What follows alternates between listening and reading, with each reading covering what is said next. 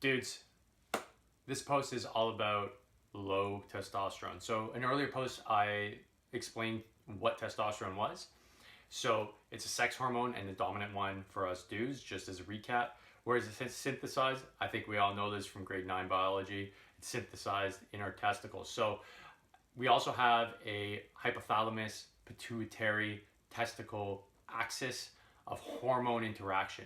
So that is really important to understand in the last lesson, because that is where we understand things like how sleep can have an effect on our testosterone levels, because it's driven through the brain, which requires sleep and rest in order for your hypothalamus to work properly, and so on and so on. So this post is really just about how and why low testosterone can be a complicating factor in your health. So let's start with what is low testosterone. So the value for the average male in testosterone is roughly 500 to 600 nanograms per deciliter of blood.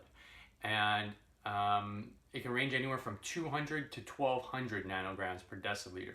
If you're under that 500 nanogram per deciliter level, okay, you're starting to touch upon low testosterone. Now, in order to find that out, you need to go have a blood test either at your doctor or a local clinic.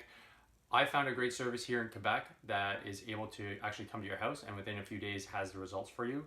You pay $49 and it's all done. I'm sure there's similar services elsewhere in the country as well. You should go check it out.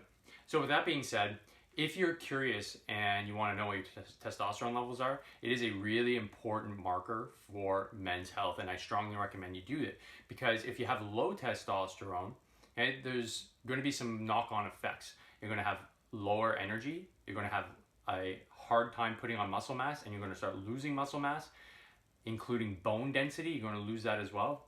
Sexual function is going to suffer, and mental acuity. So imagine throughout the course of the day, okay, if you feel sluggish, if you don't feel like you got the fire anymore, well, there could be any number of things that are affecting it.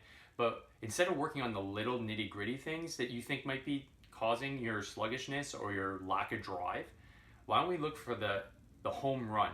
Look at the biggest possible thing that could be driving that, and it could very well be testosterone. So things that can drive it down: obesity. Okay, being overweight is a huge factor in decreasing testosterone levels. So, if you got that belly fat, that visceral fat that's hanging around your gut, that is a really good marker that you may start experiencing low testosterone levels. And this can be due to any number of things too. Obesity, obviously nutrition, but if you're going through cancer treatments, chemotherapy, these are all things that can really have an effect. So take that into consideration. Poor sleep obviously can drive down testosterone levels. Age. After age 40, so I'm pushing 40, testosterone starts to drop rather precipitously, about 1% a year if you don't do anything to counteract it. Okay, so that's something to take into account as well. Our highest testosterone levels are at 20 years old. So when we're 20, we're lions, we're kicking ass, we're taking names. Testosterone's really high. But as we get older, it starts to dwindle. But that doesn't mean that you cannot bring it back up naturally. So my next post is going to go over the things about how to actually increase testosterone naturally.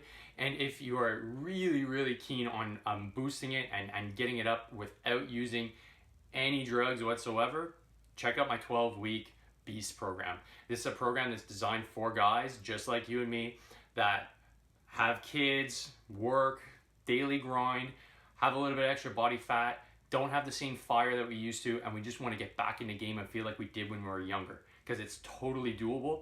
And I figured out a way to actually optimize ourselves based on a few key principles like primal lifting, instinctive eating, and optimizing our hormones through mindfulness. So guys, if you're interested in the program, I'm going to put the link in the video.